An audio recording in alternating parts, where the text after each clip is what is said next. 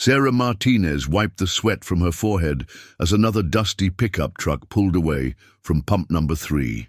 The Arizona sun was merciless, beating down on the cracked asphalt of Route 66 Gas and Go like it had a personal vendetta against everything in its path. She'd been working this dead-end job for 2 years now, invisible to most customers who barely acknowledged her existence. Just another minimum wage worker in a forgotten corner of America.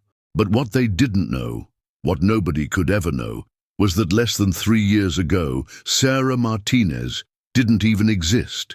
The woman pumping gas and cleaning windshields had once been Captain Elena Vasquez, a decorated intelligence officer whose very name had been erased from every military database in the world. Today, that past was about to catch up with her in the most unexpected way possible.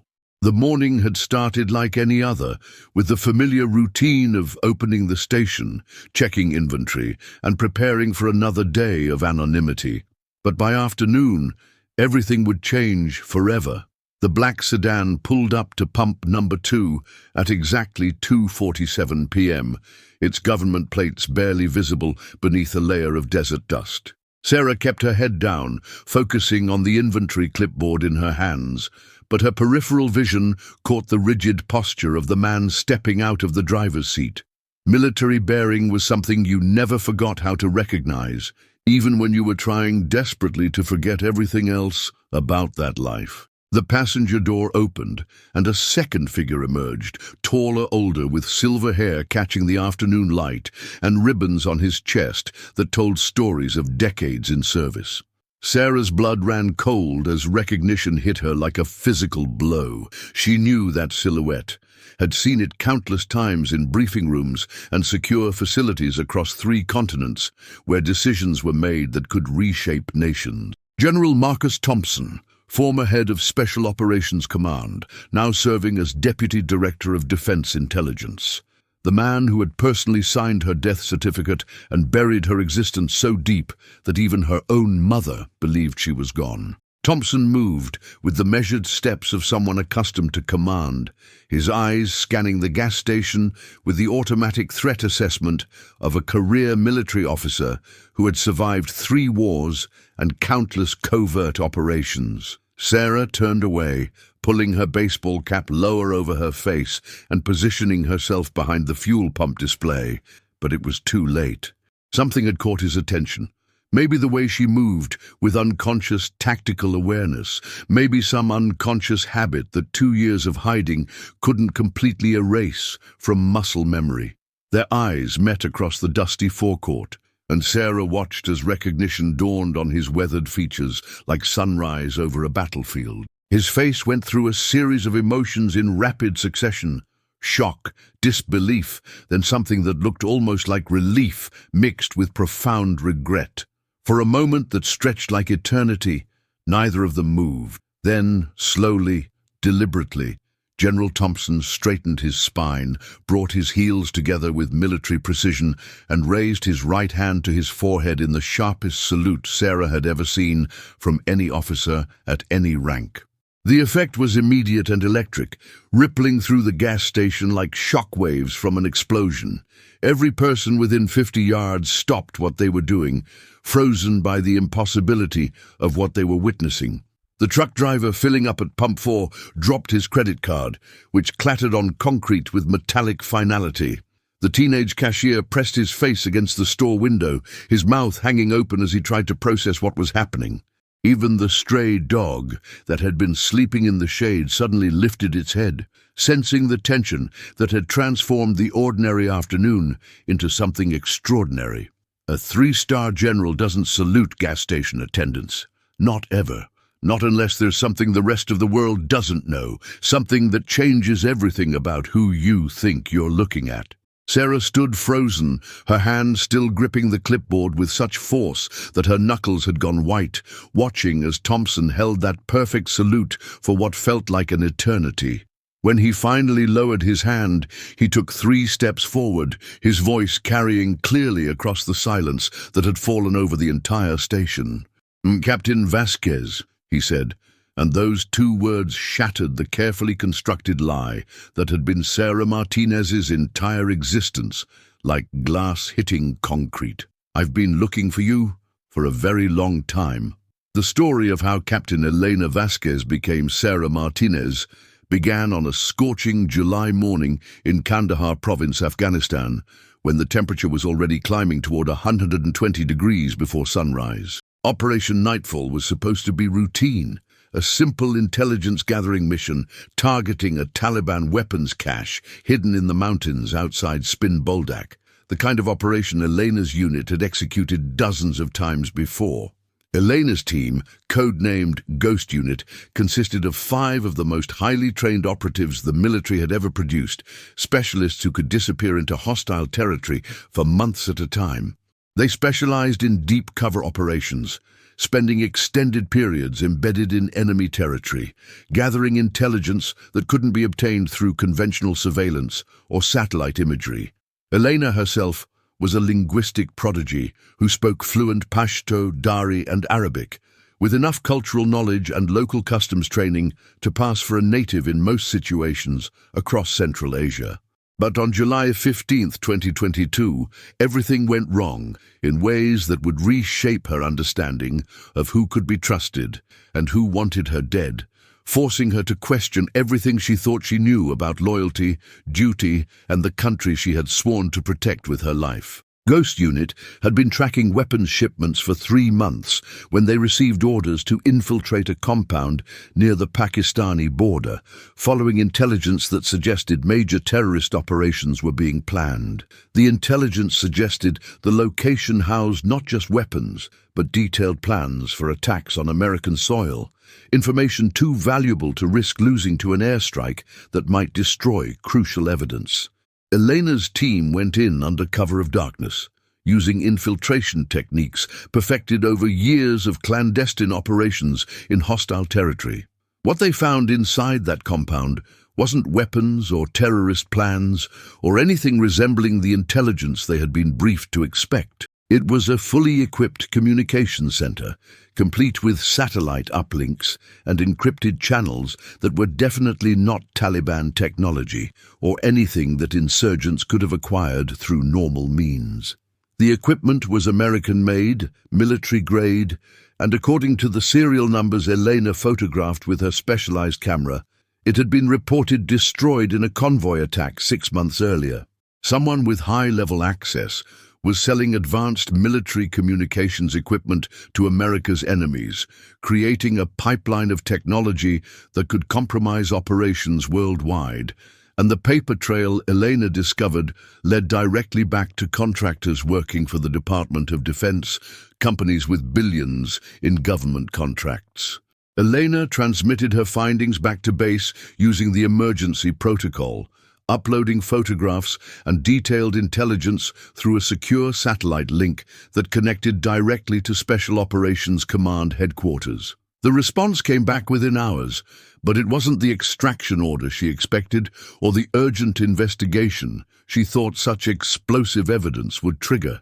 Instead, she received new coordinates and instructions to investigate a secondary target 20 miles north, a mission that seemed hastily planned and poorly researched. Something felt wrong.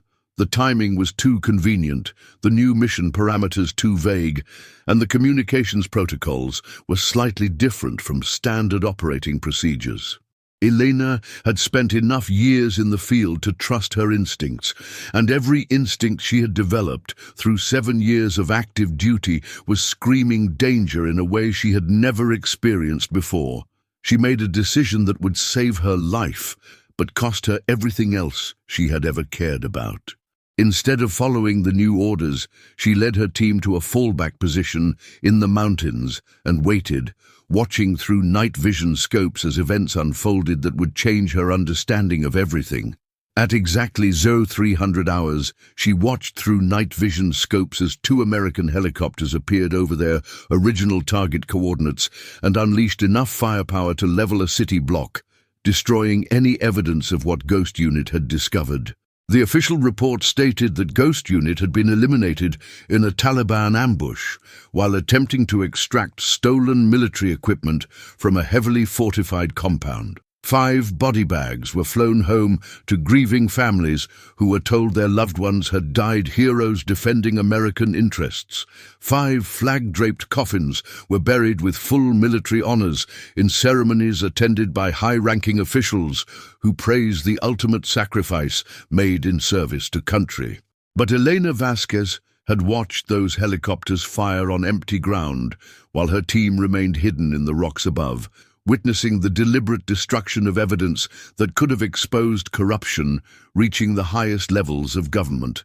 Someone wanted Ghost Unit dead, and that someone had enough power to falsify military records, stage an elaborate cover-up, and convince the entire chain of command that 5 highly trained operatives had simply vanished in enemy action. Elena realized that whatever they had discovered in that communications compound was worth killing American soldiers to protect, worth destroying careers and families to keep buried.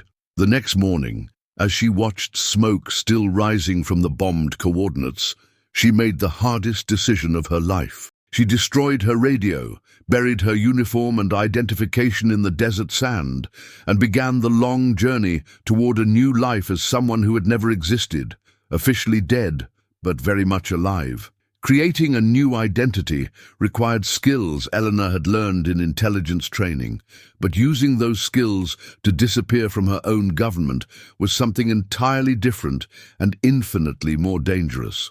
She spent 6 months moving through a network of off-the-book safe houses, using contacts from operations she wasn't supposed to discuss with people who officially didn't exist in any government database. The transformation from decorated military officer to civilian nobody required more than just paperwork. It required becoming a completely different person in every measurable way. Sarah Martinez was born in the basement of a document forger in Tijuana, complete with social security number, birth certificate, employment history, and a carefully crafted background that would pass any standard background check performed by civilian employers. Elena practiced walking differently, talking differently, even thinking differently about her place in the world. She learned to keep her shoulders slouched instead of maintaining military bearing, to avoid eye contact instead of assessing threats, to blend into the kind of invisible working-class existence that powerful people never bothered to notice or remember. The process was like dying while staying alive, erasing everything that had defined her identity while keeping the skills that would help her survive. Every morning, she practiced being Sarah Martinez until Elena Vasquez became nothing more than a dangerous memory that threatened to surface at the worst possible moments. The gas station job in Arizona wasn't chosen randomly or out of desperation. It was a strategic decision based on careful analysis of risk factors and operational requirements. Elena knew that military personnel frequently traveled this stretch of highway between bases, but she also knew that 3-star generals didn't typically stop for gas at roadside stations where they might be recognized or remembered. She could monitor military traffic patterns while remaining completely off the radar, just another anonymous face serving people who were trained never to see faces like hers unless they posed a threat. For 2 years, the system worked perfectly, creating a delicate balance between hiding and staying informed. She pumped gas, cleaned bathrooms, stocked shelves, and collected a paycheck under a name that meant nothing to anyone who mattered. But she also watched convoy movements with trained eyes, noted unusual aircraft overhead using knowledge that took years to develop, and maintained the kind of situational awareness that had kept her alive through 7 years of active duty in hostile territory. Elena Vasquez might be officially dead and buried in Arlington National Cemetery, but her training lived on in every careful movement Sarah Martinez made, every threat assessment she performed unconsciously, every escape route she mapped automatically whenever entering any new environment. General Thompson's salute changed everything in an instant. transforming a quiet Tuesday afternoon into the moment Elena had been dreading and preparing for since the day she first put on that gas station uniform. As word spread through military channels that a dead officer had been spotted alive in Arizona, phones began ringing in Washington, encrypted communications buzzed between Pentagon offices, and vehicles with government plates began moving toward Route 66 Gas and Go with the kind of urgency reserved for national security incidents. But Elena had been preparing for this moment since the day she first arrived in Arizona, building contingency plans and emergency protocols that would activate the moment her cover was blown. Hidden in her beat-up Honda Civic were documents that could bring down defense contractors, reveal the identities of corrupt officials who had sold out their own soldiers, and expose a conspiracy that reached the highest levels of American military command.